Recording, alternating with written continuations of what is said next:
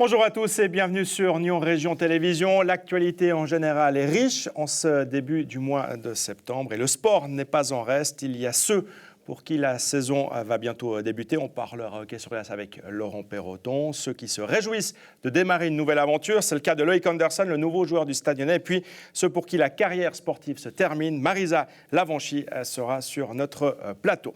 Mais on commence avec le triathlon d'Aubonne qui a connu un véritable succès samedi dernier.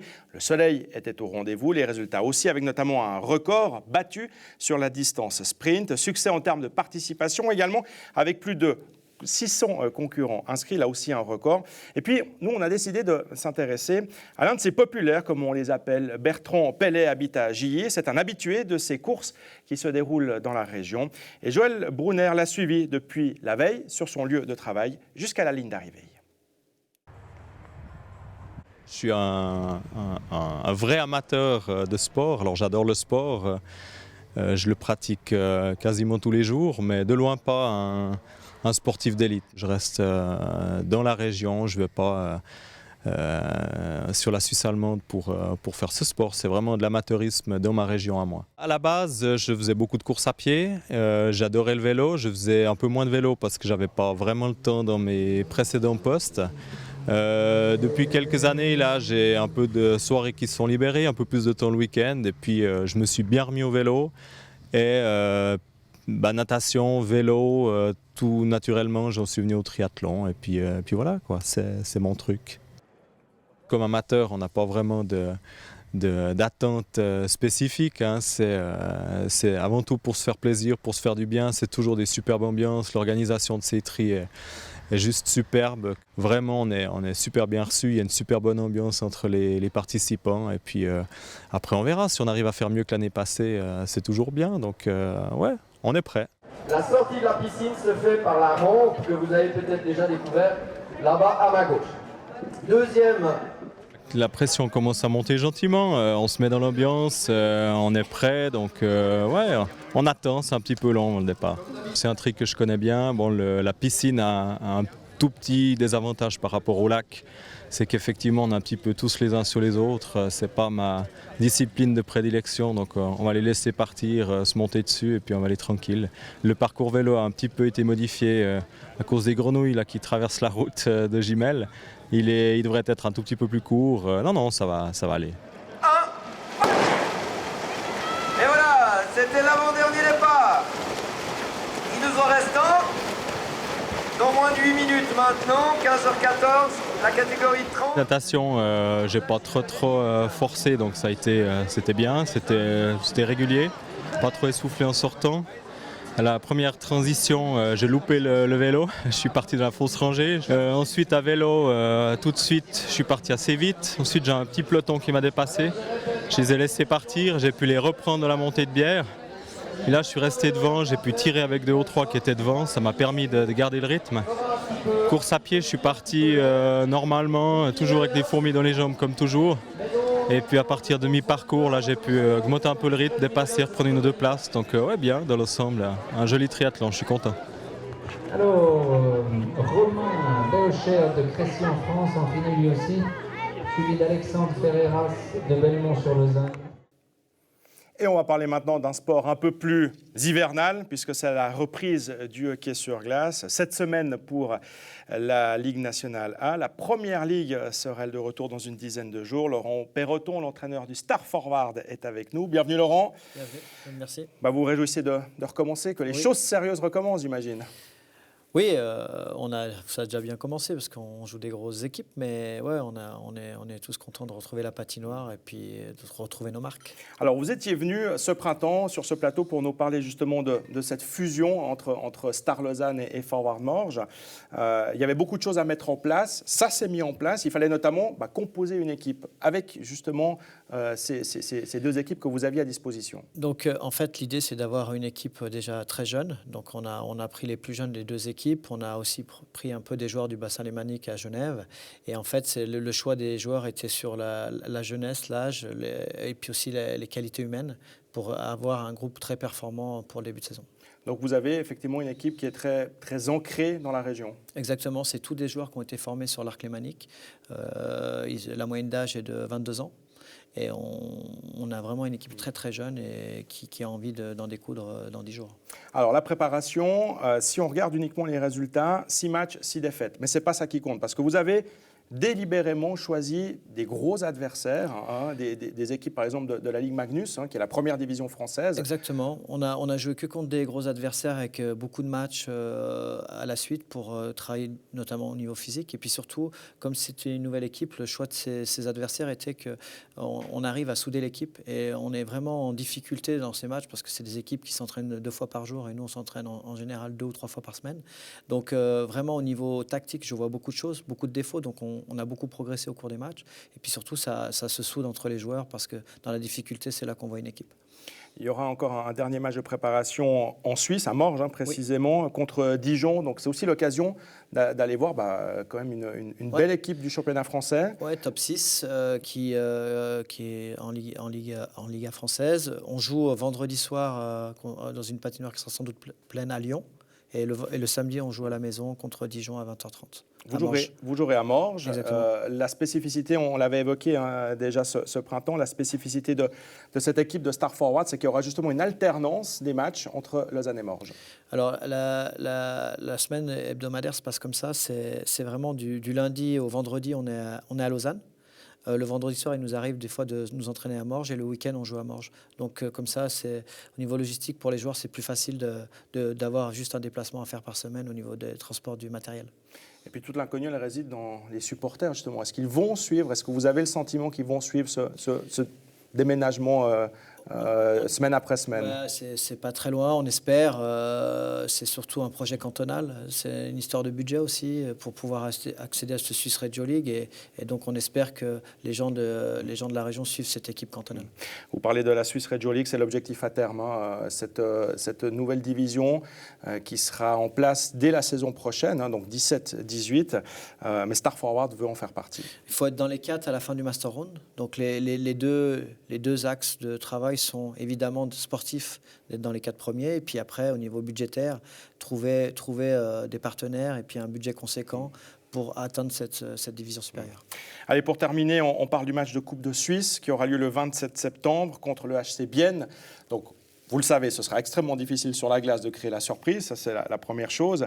Mais c'est surtout l'occasion pour votre équipe de remplir la patinoire, de jouer devant une patinoire pleine. C'est toujours motivant. C'était très motivant. La saison précédente, on avait joué à Lausanne, c'était plein. C'était vraiment une superbe aventure pour les joueurs. Il y avait énormément de médias dans les vestiaires, c'était un petit peu différent pour eux. Mais ouais, c'est clair que ça va. Et on espère que Hilaire puisse jouer au moins une période pour attirer nos jeunes gardiens et puis tous les fans de la région. Donc ça va être vraiment une belle fête. 27 septembre, le match aura lieu à Morges. Exactement. Coupe de Suisse contre le HC Bienne. Merci beaucoup Laurent Perroton. Merci à vous. Très bon début de saison. On aura l'occasion évidemment tout au long de la saison de faire un pointage régulier sur les performances de Star Forward. Nous vous l'annoncions la semaine dernière, le Stade Nyonnais a recruté un nouvel attaquant au nom de famille célèbre, Loïc Anderson, le fils de Sonny Anderson. Alors du côté de Colevray, on espère évidemment que Loïc sera aussi prolifique que Sonny devant le but adverse. En tout cas, les attentes sont grandes et le joueur, âgé de 19 ans seulement, très prometteur, se réjouit de débuter son aventure nyonnaise.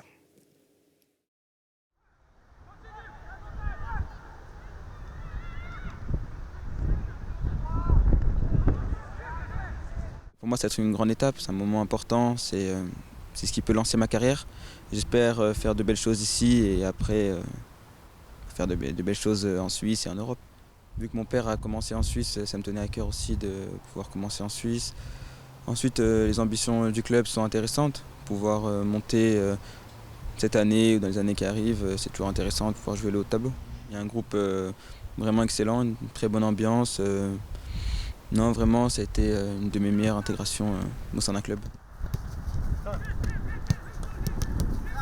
Moi, dans ma tête, je suis Loïc et je suis pas le fils d'eux. Donc moi, je joue avec mes qualités et mes défauts. Et après, que ça plaise ou que ça plaise pas, bon, après, c'est les gens qui font leur avis.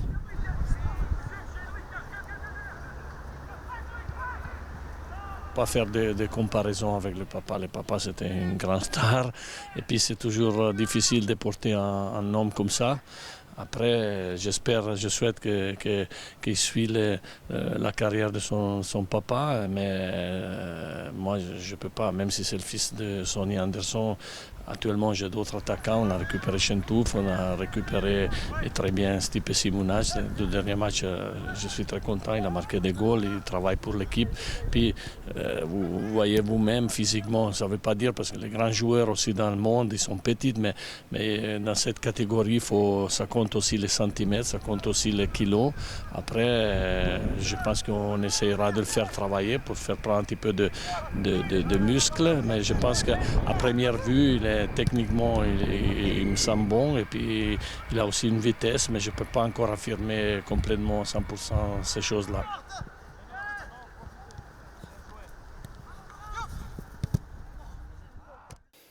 Voilà, et pour terminer cette émission, j'ai le plaisir d'accueillir sur ce plateau Marisa Lavanchy. Bienvenue Marisa. Merci. Vous êtes une retraitée du sport déjà, à seulement 26 ans. Il y a eu beaucoup d'émotions la semaine dernière lors de votre dernière course. C'était à Zurich, au Weltklasse. Oui, c'est sûr que énormément d'émotions. C'était ma dernière course. J'ai dû dire au revoir au monde de l'athlétisme. J'étais dans un stade suisse devant mon public, entre guillemets. Et oui, il y a eu beaucoup de choses en même temps. Beaucoup de monde m'ont vu pleurer, sourire en même temps. C'était un moment très fort pour moi et pour tous mes proches. Vous en êtes remise depuis ? Oui, il faut. Non, c'est sûr que j'ai encore beaucoup d'images dans la tête. Je regarde encore beaucoup de photos, des vidéos de ce moment-là. Mais il faudra encore un petit moment pour tourner la page. Mais émotionnellement, ça va mieux quand même. Ouais. On va peut-être rappeler les raisons qui vous ont poussé justement à dire stop, tout simplement. Ça fait 2 ans que j'ai des problèmes. J'ai eu un problème au pied, au niveau d'un nerf que j'ai dû opérer. Et suite à l'opération, j'ai développé une maladie neurologique qui m'a causé de grosses douleurs et qui a énormément fragilisé ma jambe gauche. Et j'ai enchaîné cette année les blessures, des fractures, etc.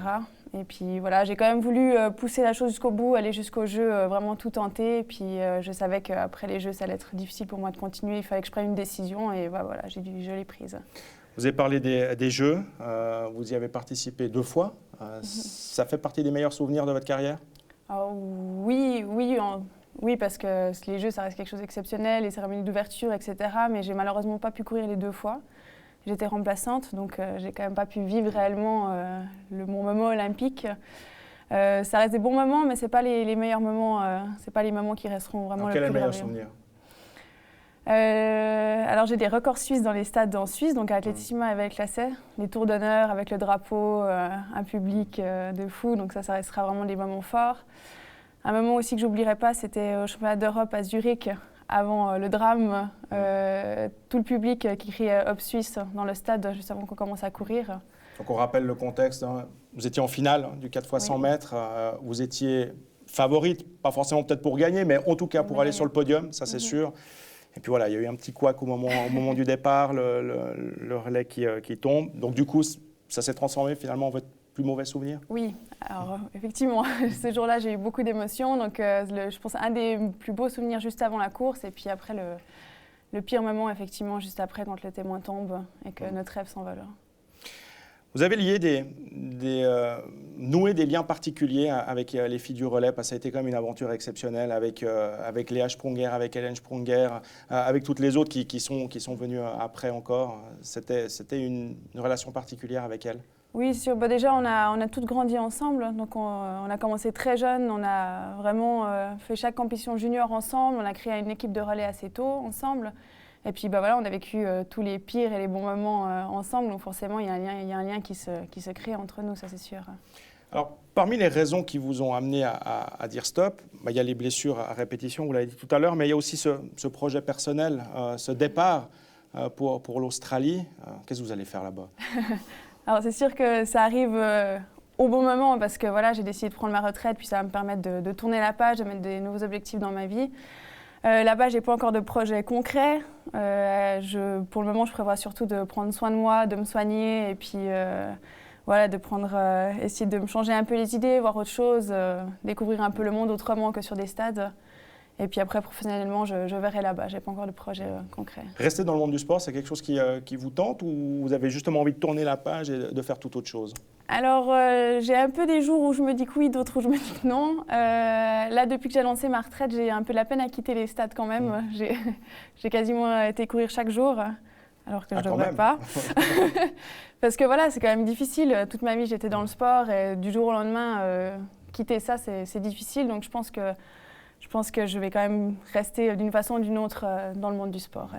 Le pratiquer de manière amateur, j'ai envie de dire, ça c'est quelque chose que vous allez faire encore. Oui, bien sûr. C'est quand même pas du tout la même chose pour le corps, pratiquer, aller faire un footing ou bien faire des entraînements de grosses charges tous les jours.